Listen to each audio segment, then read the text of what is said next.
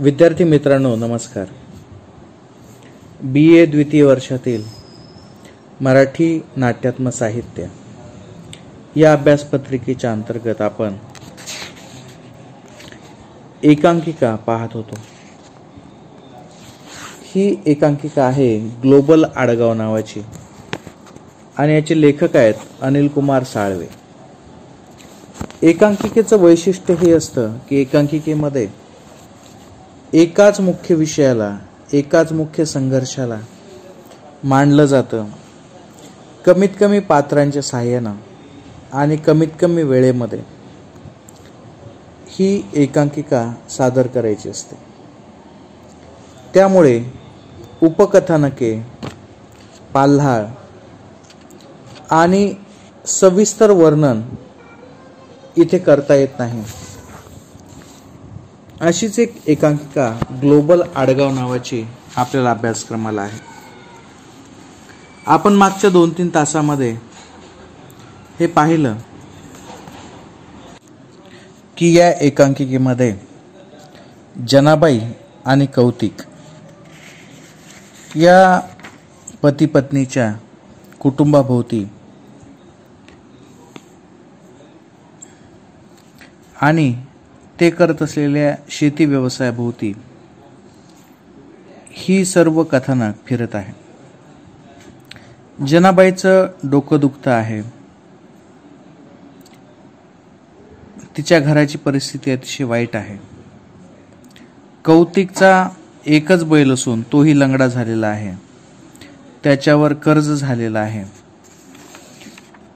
दासू हा तिचा मुलगा शिक्षणाविषयी आस्था बाळगून आहे, परंतु त्यालाही शिक्षणाची संधी किती मिळेल हा एक प्रश्नच आहे. आणि राधा ही त्यांची मुलगी, हिचं सुद्धा पोट दुखतं आहे. हिचं सुद्धा एक्सरे काढायचं आहे, परंतु दवाखान्यात दाखवण्यासाठी त्यांच्याकडे पैसे नाहीत. तर अशा पद्धतीनं एकंदरीत सर्व परिस्थिती प्रतिकूल आहे. शेती पिकत नाही, शेतीवर दुष्काळ आलेला आहे. पंढरी हा त्यांचा एक मुलगा आहे आणि तो शिकायला असतो.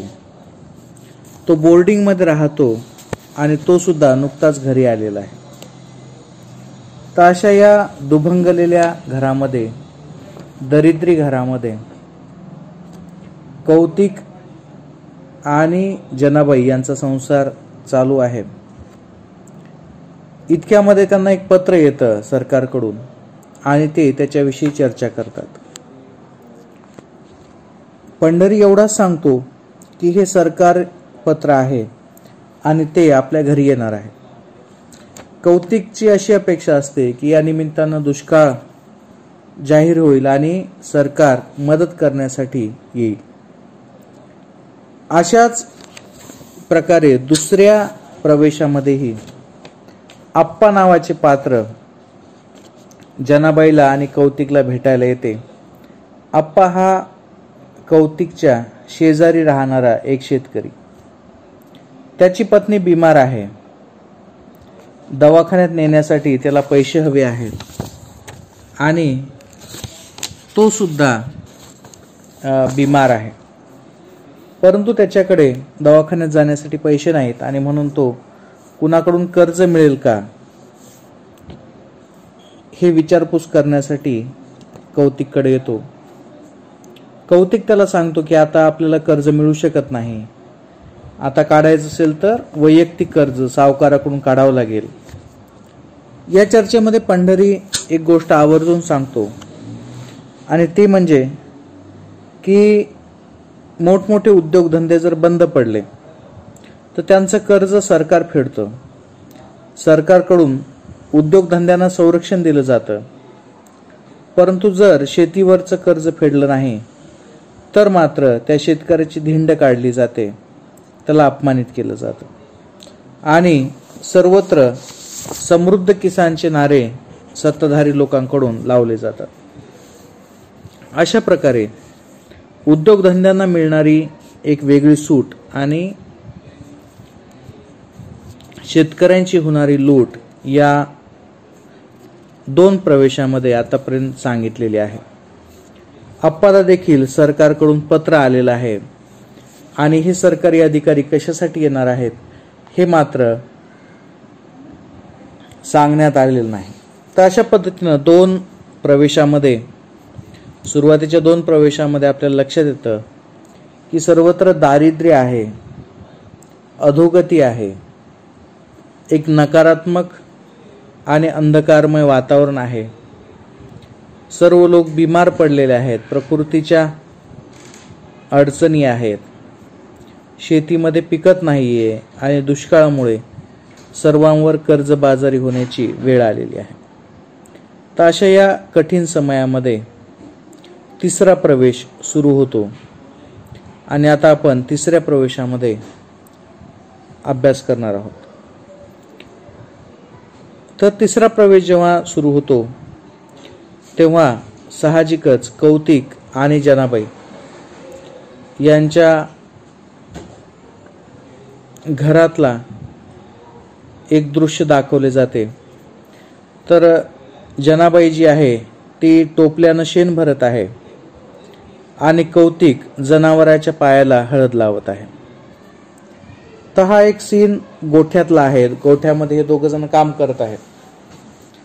तर अशा गोठ्यामध्ये काम करताना जनाबाई म्हणते, तिचे हात शेणानं भरलेले आहेत, ती म्हणते दही मोर्या हो, म्हणजे त्याला पुढे लोटण्याचा प्रयत्न करते. तर कौतिक म्हणते, मोर्या माग होईना, सरा राडा करतू पव टाकून, येडा सैतान माग होईना, पाय सडत चाललाय, उलसी हळद लावू देत नाही, दही हो. म्हणजे आपण पाहिलं होतं की मोरिया जो आहे त्याचा लंगडा बैल, त्याचा पाय खराब होत चाललेला आहे, म्हणून ती काय म्हणते की हळद लावण्याचा प्रयत्न करतो, परंतु काय ऐकत नाही. तर जनाबाई गोठ्यातून शेण घेऊन बाहेर येते. कौतिक म्हणतो, पिसाळल्यावाने काहून करतो, कुणाला मारतय, गोचड गोमाशात हाल सोडित नाहीत मोरियाचे, मोरिया तोंडातून फेस काहून गळायला, कुणाच मारतय. म्हणजे आता त्याचा शेवट होत आलेला आहे. जनाबाई म्हणते, आता कौरक दम धरीन, चिपाट चाऊ चाऊ तोंड बी सोललंय त्याचं. चिपाट म्हणजे त्याला ओलं खायला नाहीये, वाळलेलं जे घरातलं होतं ते खाऊ घातलेलं. आपण जे ज्वारी किंवा हायब्रिडचं जे धांड असतं त्याला आपण चिपाट असं म्हणतात. कौतिक म्हणतो, 12 घोड्याचं बळ होय होतं मर्दे मुरियामध्ये, कसला बी चारा टाका फडशाच पाडायचा. मग त्याला मुरियाचे जुने दिवस आठवतात की तो किती तगडा बैल होता आणि अशा पद्धतीने त्या मोर्याची काळजी घेणं चालू आहे. इतक्यात पंढरी बाहेरून येतो. नाना माय नाना, नाना म्हणजे वडिलाला नाना म्हणतोय, मायला आई, आईला माय म्हणतोय. कौतिक म्हणतो, काय रे पंढरी, ते साहेब लोक आलेत का. पंढरी म्हणतो, या हेच आहे घर या. म्हणजे याचा अर्थ पंढरी सोबत ते साहेब लोक ज्यांचं पत्र आलं होतं ते आलेले आहेत. कौतिक म्हणतो, या पोरी बसायला टाकता याला. त्याच्यासोबत 2 एक्झिक्युटिव्ह व्यक्ती प्रवेशतात. एक्झिक्युटिव्ह म्हणजे कोट, चांगले कपडे घातलेले आणि त्यांच्या हातामध्ये फाईल आहे. जनाबाई पदर घेते, तिचे हात भरलेले आहेत. कौतिक म्हणतो, राम राम.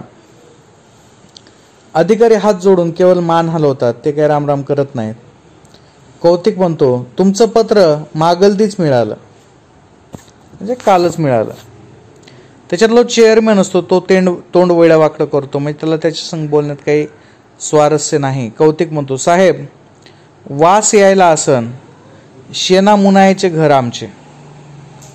आता तिथं साहजिकच आहे, तिथं बैल आहे, तोही बिमार आहे आणि घराची परिस्थिती काही व्यवस्थित नाही, मातीचं घर आहे, म्हणून म्हणतो की हे घर आमचं शेणा मुनायचं आहे, त्याच्यामुळे असं होतं. अधिकारी म्हणतो, काही प्रॉब्लेम नाही, आपण बसा, तुम्ही पण या मावशी बसा. आता अधिकारी फार चांगल्या पद्धतीने बोलतो. जनाबाई हात पुसते आणि त्याच्या समोर बसते. कौतिक म्हणतो, पाणी देऊ का. अधिकारी म्हणतो, नको. यावर पंढरी म्हणतो, आमच्या पाण्यात किडे अन आळ्या, तुमच्याकडे दारूनं माणसं मरतेत, आमच्याकडे पाण्यानंच. म्हणजे तो ज्या पद्धतीने नाही म्हटलेला आहे त्यावरून पंढरीला थोडासा आक्रमक भूमिकेतून पंढरी बोलतो की आमच्याकडे आळ्या असतात वगैरे वगैरे. अधिकारी म्हणतो तसं काही नाही, आम्ही पाणी पिऊन आलोत, शिवाय दुष्काळ आहे, कशाला त्रास. कौतिक म्हणतो दुष्काळातले माणसं दुष्काळाला कुठं घाबरत असतात काय, तुम्ही उगाच भेव दावता. अधिकारी म्हणतो काम चालू होतं वाटतं. म्हणजे आता अधिकाऱ्यानं विषय बदललाय. कौतिक म्हणतो हो बैल आहे, एकच आहे, म्हातारा झालाय. अधिकारी म्हणतो विकायला ना मग.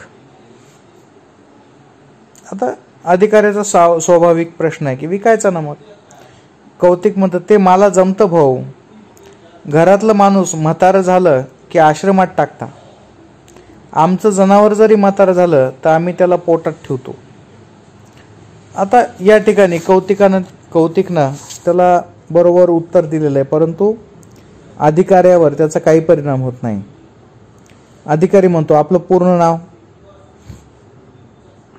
पंढरी म्हणतो कौतिक कडुबा ढवळे. आता वडिलाचं नाव सांगतो.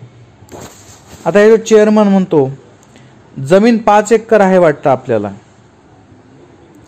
कौतिक म्हणतो हो. चेअरमन त्याच्यावर प्रश्न विचारतो भागतं त्यावर. कौतिक म्हणतो भागवावं लागतं, या बेभरवशाचा धंदा आहे.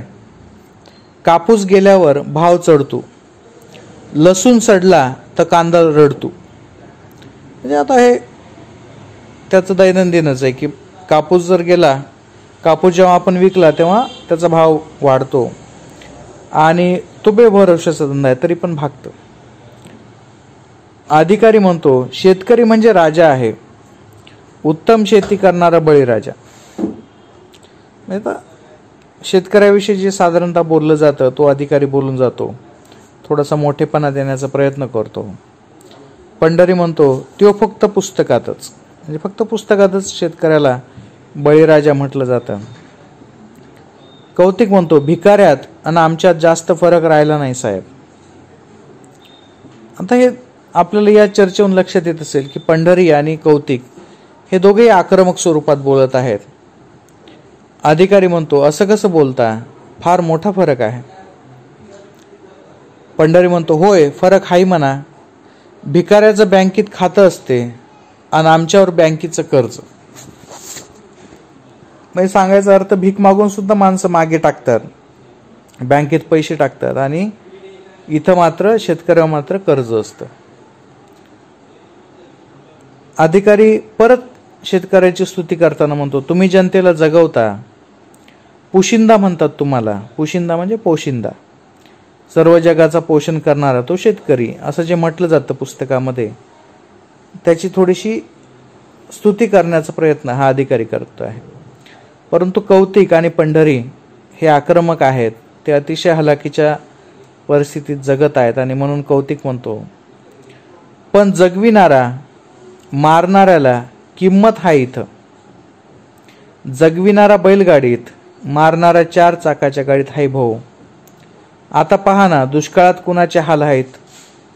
सोसतो आम्ही, ऊन पडलं तर धरता येत नाही, पाऊस पडलं तर कोणता येत नाही. म्हणजे हा आता त्याची परिस्थिती सांगताय की एवढं करून सुद्धा शेतकरी अतिशय वाईट परिस्थितीमध्ये आहे. यावर चेअरमन म्हणतो आम्हाला पण वाईट वाटतं, शेतकऱ्यांच्या नशिबी नेहमी गरिबी आणि दारिद्र्य. पंढरी म्हणतो हो, गरिबीनं पोट जळालं, दारिद्र्यानं आता पिढ्या जळायल्या. पिढ्या जळायल्या याचा अर्थ मुलांना शिकवणं शक्य नाही, सोयीसुविधा देणं शक्य नाही. आता ही सगळी पार्श्वभूमी झालेली आहे. शेतकऱ्याचं दारिद्र्य, आर्थिक विपन्नावस्था हे झाल्याच्या नंतर अधिकारी म्हणतो म्हणूनच तुमच्यासाठी एक फार मोठी योजना घेऊन आलो आहोत आम्ही. पंढरी विचारतो योजना, हे कसं शक्य? अधिकारी म्हणतो काय झाले? पंढरी म्हणतो नाही, आमच्या मराठवाड्यात कसं आहे, सरकारी योजना आणि ढग कोरडेच येतात. म्हणजे पाऊस पडत नाही, योजना सुद्धा येते आणि तिकडच्या तिकडे गायब होते, पाऊस सुद्धा ढगसुद्धा येतात आणि पाऊस न देताच निघून जातात.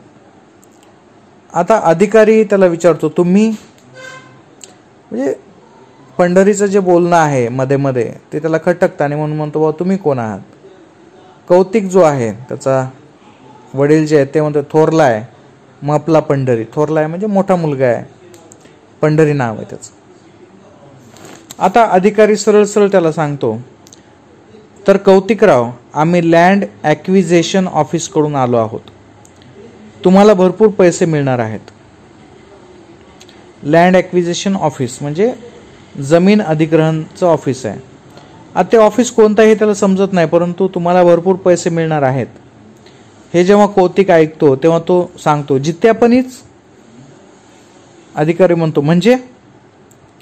कौतिक म्हणतो फाशी घेतल्यावर पैसे भेटतात म्हणे. चेअरमन म्हणतो खरंच पैसे भेटणार आहेत तुम्हाला. कौतिक म्हणतो गप्पा, उगं काहीतरी चहाटळासारखं बोल नका.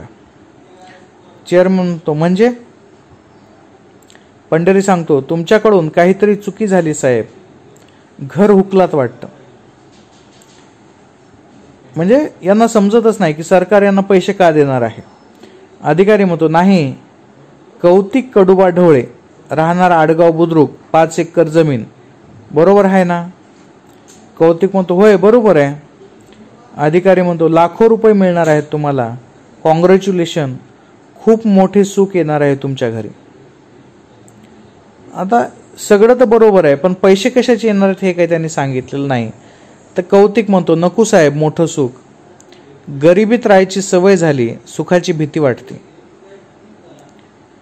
चेअरमन म्हणतो कौतिकराव सुखाची हाव कोणाला नाही. कौतिक म्हणतो पोत्यात जास्त मात्र भरलं की पोतं उसवतं, मून बकळ हाव करीत नाही आम्ही. आता हा त्याच्या पद्धतीने चालू आहे. चेअरमन म्हणतो अहो असं काय करताय, सुवर्ण संधी आली आहे तुमच्यासाठी. जनाबाई म्हणते काय आहे ते ऐकून तर घ्या ना. म्हणजे एकंदरीत हे यांचं अधिकाऱ्यांचं आणि चेअरमॅनचं म्हणणं आहे की आता तुमच्यासाठी खूप मोठी संधी आलेली आहे, तुम्हाला खूप मोठे पैसे मिळणार आहेत. परंतु हे खूप मोठे पैसे ऐकण्याच्या पूर्वीच कसे मिळणार आहेत हे ऐकण्याच्या पूर्वीच तो सांगतो की आम्हाला पैसे नकोत तुमचे. तरी जनाबाई आग्रे म्हणते की काय आहे ते ऐकून घ्या. पंढरी म्हणतो काय आहे सांगा ना. अधिकारी म्हणतो तुमच्या आडगावच्या पायथ्याला फार मोठी मल्टीनॅशनल कंपनी निर्माण होणार आहे. चीनचा प्लॅन्ट आहे हा. तुमच्या गावातल्या सर्वांना नोकऱ्या मिळणार आहेत. आता अधिकारी एका याच्यात सांगून देतो की एक मोठी कंपनी आहे मल्टीनॅशनल. मल्टीनॅशनल म्हणजे अनेक देशामध्ये जिचा कारभार आहे, अशी चीनमधली परंतु खूप देशामध्ये काम करणारी, आणि ती या गावातल्या सर्वांना नोकऱ्या देणार आहे. कारण की गावाच्या पायथ्याला म्हणजे गावाच्या बाजूला ही कंपनी सुरू होणार आहे आणि सर्वांना नोकऱ्या मिळणार आहेत. त्याच्यामुळं कौतिकला फार चांगलं वाटतं. तो हात जोडतो आणि म्हणतो लय उपकार होते साहेब तुमचे, मह्या पोराला चिटकवा, म्या बी राहतो तुमच्याकडे सालानं. आता अपेक्षित असं आहे की बा मुलाला नोकरी लागावी, मी सुद्धा तुमच्याकडे सालानं काम करेल. सालानं म्हणण्याच्या ऐवजी शेतकऱ्याला दुसरं काही काम येत नसल्यामुळं शेतीचं जर काही काम असेल तर मी सुद्धा तुमच्याकडे ते करील, एवढी दयनीय परिस्थिती त्याची आहे. यावर चेअरमॅन म्हणतो फार मोठे मल्टीप्लेक्स मार्केट होणार आहे. आडगावची 100 हेक्टर जमीन चीनच्या कंपनीने खरेदी केली आहे. सरकारी भावानुसार तुम्हालाही भरपूर रक्कम मिळणार आहे. आता या ठिकाणी लक्षात घ्या, चेअरमॅन काय सांगतो का आडगावची 100 हेक्टर जमीन चीनच्या कंपनीने खरेदी केली आणि सरकारच्या भावानुसार तुम्हाला रक्कम मिळणार आहे. कौतिक म्हणतो आम्हाला कशाला. याला समजत नाही की सरकारची जमीन घेतली कंपनीनं आणि कंपनी पैसे यांना का देत आहे. चेअरमॅन सांगतो असं काय करताय, त्यात तुमची पण 5 एकर जमीन खरेदी केली आहे. सर्व गोंधळलेले एकमेकांकडे पाहतात. म्हणजे चेअरमॅन जे सांगतो की तुमची 5 एकर जमीन कोणा विकत घेतली, चीनच्या कंपनीनं. परंतु यांना समजत नाही की हे कसं काय झालं. यावर अधिकारी म्हणतो, तुमच्या गावाचं नशीब उघडलं आहे, भरमसाठ संधी निर्माण झाल्या आहेत. गावात आता आर्किटेक्चरचे offices, restaurant, bank, hall, glass club, golden village होईल. आडगाव ग्लोबलला जाईल, जगाच्या नकाशात येईल, जगाच्या नकाशात. म्हणजे अधिकारी आता त्यांना स्वप्न दाखवतोय की आता तुमचं गाव असं तसं राहणार नाही, तुमचं आडगाव आता ग्लोबल होईल. ग्लोबल म्हणजे जागतिक स्वरूपाच्या नकाशावर येईल.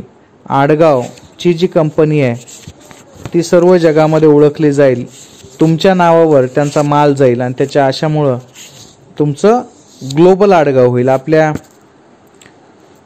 एकांकिकेचं नाव सुद्धा तेच आहे, ग्लोबल आडगाव. तर नकाशातून अशा पद्धतीनं बाहेर येईल. यावर पंढरी म्हणतो, जो शिकलेला आहे तो म्हणतो, जगाच्या नकाशात येईल का नकाशातून पुसूनच जाईल. म्हणजे या कंपनीमुळे उद्ध्वस्त होईल की या कंपनीमुळे विकसित होईल.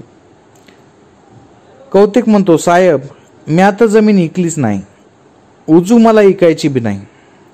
या ठिकाणी कौतिकनं स्पष्ट केलेलं आहे की मी जमीन विकलेली नाही आणि मला विकायची पण नाही. अधिकारी म्हणतो, पण ती गव्हर्नमेंटने घेतली आहे. गव्हर्नमेंट म्हणजे सरकारने घेतलेली आहे. यावर पंढरी म्हणतो, आम्ही इकलीच नाही तर तुम्ही घेतली म्हणता, बळद जमीन घ्यायची हे कोणत्या कायद्यात बसतं. आता या ठिकाणी हा तर्क अतिशय महत्वाचा आहे की सरकारनं परस्पर ती जमीन चीनी कंपनीला विकलेली आहे, परंतु ही जमीन कौतिकने विकलेली नाही किंवा गावातल्या कोणत्याही व्यक्तीने विकलेली नाही, आणि मग तुम्ही बळच आमची जमीन घ्यायची असं कसं काय म्हणता. यावर अधिकारी म्हणतो, अहो आम्ही लीगल काम करत आहोत, नवीन कायदा आहे हा सेज. आता हा जो सेज नावाचा कायदा आहे याच्यामध्ये मधल्या काळामध्ये सेज या कायद्यानं जमीन अधिग्रहणाचे सगळे नियम बदलले होते. सरकार विदेशी कंपनीच्या सोयीनुसार कोणतीही जागा विकत घेऊ शकत होती. पंढरी म्हणतो, म्हणजे अधिकारी म्हणतो, अहो special economical zone, special economical zone. Kautik म्हणतो, असं आरबळून टाकू नका ना, पुरे इसकटून सांगा. इसकटून म्हणजे विश्लेषण करून सांगा. अधिकारी म्हणतो, सेज विषयी तुम्हाला काही माहीत नाही का.